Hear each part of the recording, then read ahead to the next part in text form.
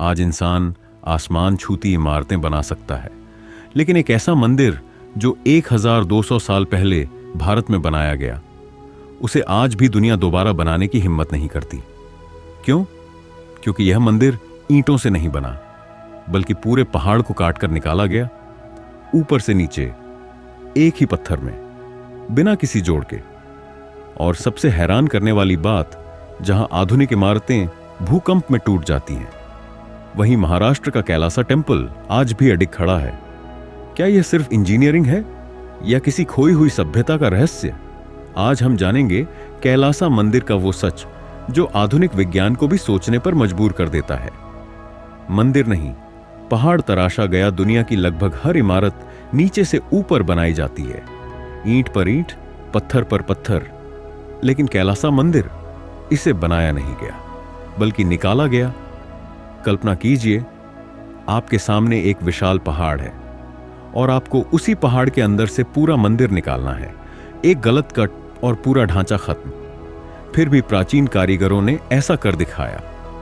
उन्होंने पहाड़ की छोटी से खुदाई शुरू की और धीरे धीरे नीचे उतरते गए, यानी मंदिर ऊपर से नीचे बना। यह तकनीक इतनी कठिन है कि आज भी इतने बड़े स्तर पर इसे दोहराना बेहद मुश्किल माना जाता है, क्योंकि इसमें गलती सुधारने का कोई तरीका नहीं होता। अगर पत्थर ज्यादा कट गया तो वापस जोड़ा नहीं जा सकता। फिर भी करीब 4 लाख टन पत्थर हटाकर उन्होंने सिर्फ मंदिर ही नहीं, बल्कि हाथी, स्तंभ, मूर्तियां और विशाल मंडप भी उसी एक चट्टान में तराश दिए। आधुनिक इमारतें कमजोर क्यों होती हैं? अब सबसे बड़ा सवाल, क्यों आधुनिक इमारतें भूकंप में टूट जाती हैं, लेकिन कैलासा मंदिर आज भी खड़ा है? इसका जवाब छिपा है जोड़ों में। आज की इमारतें हजारों हिस्सों को जोड़कर बनाई जाती हैं। हर जॉइंट एक कमजोरी है। भूकंप आने पर सबसे ज्यादा दबाव इन्हीं जोड़ों पर पड़ता है और यहीं से दरारें शुरू होती हैं। लेकिन कैलासा मंदिर, ये एक मोनोलिथिक स्ट्रक्चर है। मतलब पूरा मंदिर एक ही पत्थर का बना है, कोई जोड़ नहीं, कोई अलग ब्लॉक नहीं। जब कंपन आता है तो ऊर्जा पूरे ढांचे में फैल जाती है, किसी एक जगह टूटती नहीं। यही वजह है कि यह संरचना सदियों से टिक पाई, और शायद यही वो इंजीनियरिंग है जिसे आज भी पूरी तरह समझा नहीं गया। पत्थर चुनने का रहस्य, लेकिन सवाल अभी भी बाकी है। आखिर उन्होंने सही पहाड़ चुना कैसे? क्योंकि हर चट्टान ऐसी खुदाई नहीं सह सकती। अगर पत्थर कमजोर होता तो मंदिर बनते बनते टूट जाता। कैलासा मंदिर वोल्केनिक बासाल्ट में तराशा गया है। यह पत्थर बेहद मजबूत माना जाता है, लेकिन इसमें भी प्राकृतिक दरारें होती हैं। आज इन्हें पहचानने के लिए हम स्कैनर्स और सीस्मिक मशीन्स इस्तेमाल करते हैं, लेकिन उस समय कुछ इतिहासकार मानते हैं कि प्राचीन शिल्पकार ध्वनि से पत्थर की गुणवत्ता पहचानते थे। वे चट्टान पर चोट करते और उसकी आवाज सुनते। भारी और गूंजती ध्वनि मतलब मजबूत पत्थर, खोखली आवाज मतलब अंदर कमजोरी, यानी वे पत्थर को सुन सकते थे।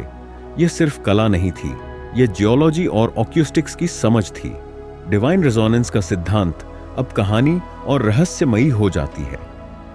कई लोग मानते हैं कि प्राचीन मंदिर सिर्फ पूजा की जगह नहीं थे, वे ऊर्जा केंद्र थे।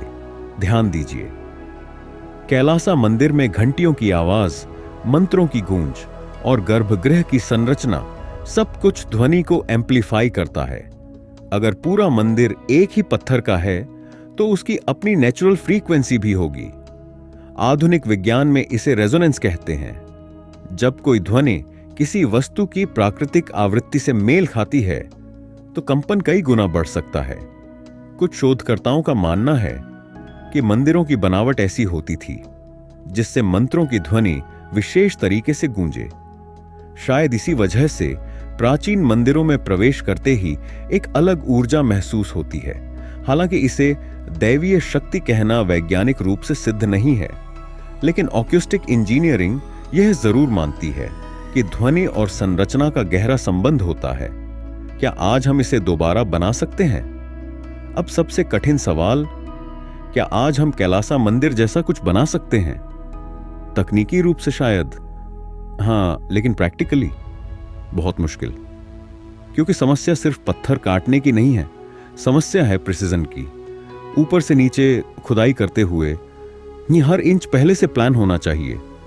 अगर बीच में गलती हो जाए तो पूरा स्ट्रक्चर खराब हो सकता है। आज की कंस्ट्रक्शन कररक्षण पर निर्भर करती है। गलती हुई तो सीमेंट लगा दो, लेकिन यहां ऐसा संभव नहीं था। फिर भी हजारों नक्काशियां परफेक्टली अलाइंड हैं। यह दिखाता है कि प्राचीन भारत में प्लानिंग और इंजीनियरिंग कितनी एडवांस्ड थी। क्या हमने पुराना ज्ञान खो दिया? कैलासा मंदिर सिर्फ एक धार्मिक स्थल नहीं है, यह एक सवाल है जो आधुनिक दुनिया से पूछता है, क्या हमने सच में प्रगति की है या सिर्फ पुरानी बुद्धि को भूल गए हैं? शायद प्राचीन लोगों के पास मॉडर्न मशीन्स नहीं थी, लेकिन उनके पास पेशेंस था, ऑब्जर्वेशन था और प्रकृति को समझने की गहरी क्षमता थी। वे प्रकृति से लड़ते नहीं थे, बल्कि उसके साथ काम करते थे। यही कारण है कि उनका निर्माण आज भी जिंदा महसूस होता है। तो क्या कैलासा मंदिर सिर्फ इंजीनियरिंग का चमत्कार है या किसी खोई हुई सभ्यता का संदेश? क्या प्राचीन भारत का विज्ञान हमारी सोच से कहीं आगे था? आप क्या सोचते हैं? कमेंट में जरूर बताइए। और अगर आपको ऐसी रहस्यमयी और ऐतिहासिक डॉक्यूमेंट्री पसंद है तो वीडियो को लाइक करें, चैनल को सब्सक्राइब